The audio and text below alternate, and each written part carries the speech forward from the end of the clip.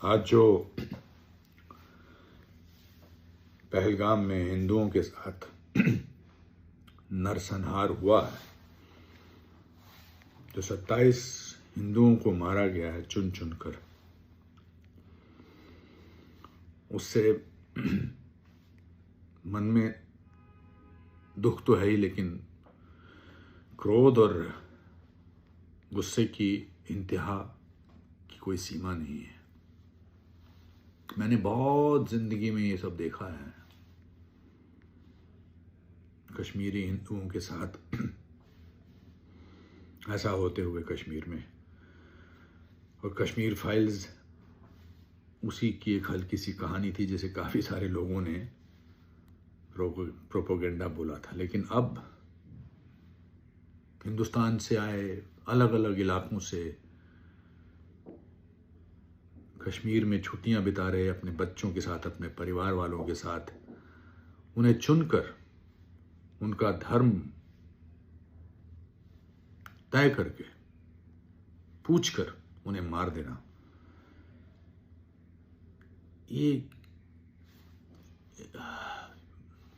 शब्द नहीं है। कभी कभी शब्द जो हैं वो अधूरे और नपुंसक महसूस करते हैं, जो आप महसूस कर रहे होते हैं।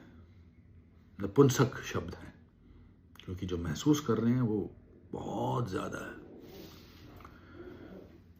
मैं उस महिला की तस्वीर को भूल नहीं सकता जो अपने पति के शव के साथ पास बैठी है। मैं उस पल्लवी जी का इंटरव्यू सुन रहा था, जिन्होंने कहा कि मेरे पति को मारा तो मैंने कहा कि मुझे भी मार दो, और मेरे बेटे ने कहा कि मुझे भी मार दो, लेकिन उन्होंने नहीं किया। शायद कोई पैगाम पहुंचाना चाहते थे। तो मैं देश के प्रधानमंत्री श्री नरेंद्र मोदी जी से और अमित शाह जी से और पूरी सरकार से दरख्वास्त, हाथ जोड़कर दरख्वास्त करना चाहता हूं कि इस बार ऐसा सबक सिखाया जाए इन आतंकवादियों को कि अगले 7 जन्म तक ये ऐसी हरकत करने के लायक ना रहें।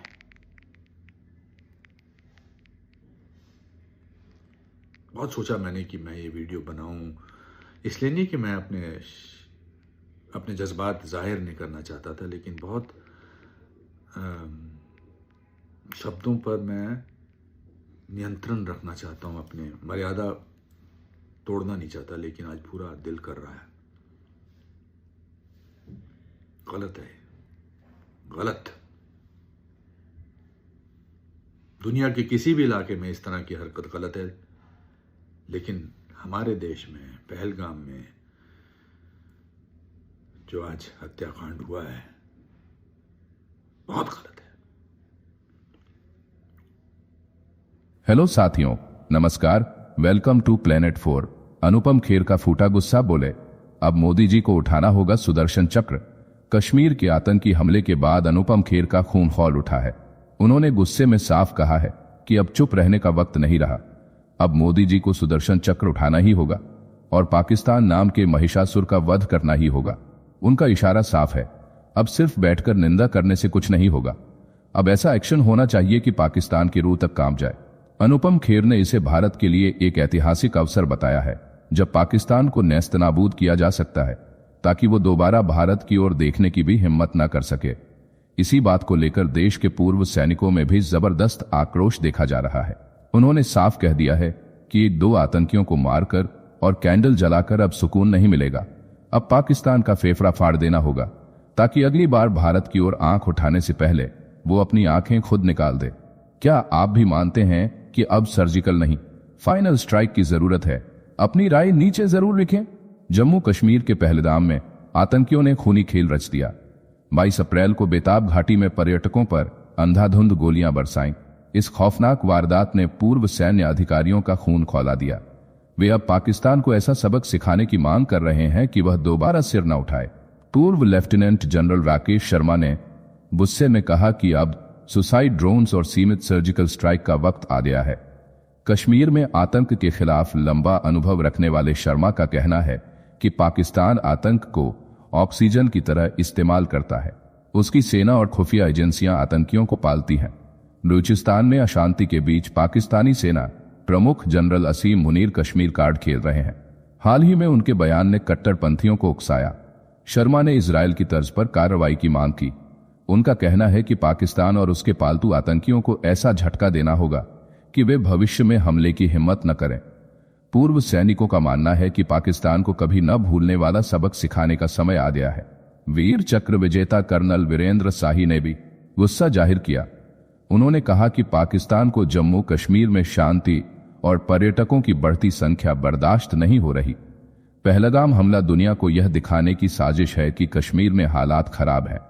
शाही ने कहा कि इतिहास गवाह है, बड़ी जवाबी कार्रवाई से ही पाकिस्तान को चुप कराया जा सकता है। पूर्व सैनिकों ने खुफिया नेटवर्क को और मजबूत करने की बात कही। उनका कहना है कि आतंकियों को साजिश रचने से पहले ही मार गिराना होगा। कठुआ और जम्मू के दूरदराज इलाकों में आतंकी गतिविधियां बढ़ रही हैं। आतंकी ओवरग्राउंड वर्कर्स के साथ मिलकर सुरक्षा के लिए खतरा बन रहे हैं। इसके लिए जम्मू और कश्मीर में ट्रांस-पीर पंजाल फोर्स बनानी होगी, जो आतंकियों के खिलाफ सटीक ऑपरेशन चलाए। देश में गुस्से की लहर दौड़ रही है। पहलगाम हमले में मारे गए लोगों की कहानियां दिल दहला देती हैं। प्रशांत शतपथी अपनी पत्नी और बेटे के साथ घूमने गए थे, लेकिन आतंकियों ने उन्हें गोलियों से भून डाला। एक नेवी अफसर की नई नवेली दुल्हन अपने पति का शव देखकर बिलखती रही। पूर्व सैनिकों ने कहा कि यह सिर्फ हमला नहीं, पाकिस्तान की सुनियोजित साजिश है। बारामूला में 2 आतंकी ढेर किए गए, लेकिन यह काफी नहीं है। सोशल मीडिया पर लोगों का कहना है कि हमें इसराइल स्टाइल में बदला लेना होगा। 28 के बदले 28,000 आतंकियों को मौत पहुंचाना होगा। दिल्ली में प्रधानमंत्री मोदी ने राष्ट्रीय सुरक्षा सलाहकार अजित डोभाल के साथ आपात बैठक की। देश की नजरें अब सरकार के अगले कदम पर टिकी हैं। पूर्व सैनिकों की मांग है कि आतंक के जनक पाकिस्तान पर करारा प्रहार हो। पहलगाम का खून बेकार नहीं जाना चाहिए। यह वक्त है निर्णायक कार्रवाई का, जो पाकिस्तान को हमेशा याद रहे। जाने से पहले वीडियो को लाइक करके चैनल को सब्सक्राइब कर लें।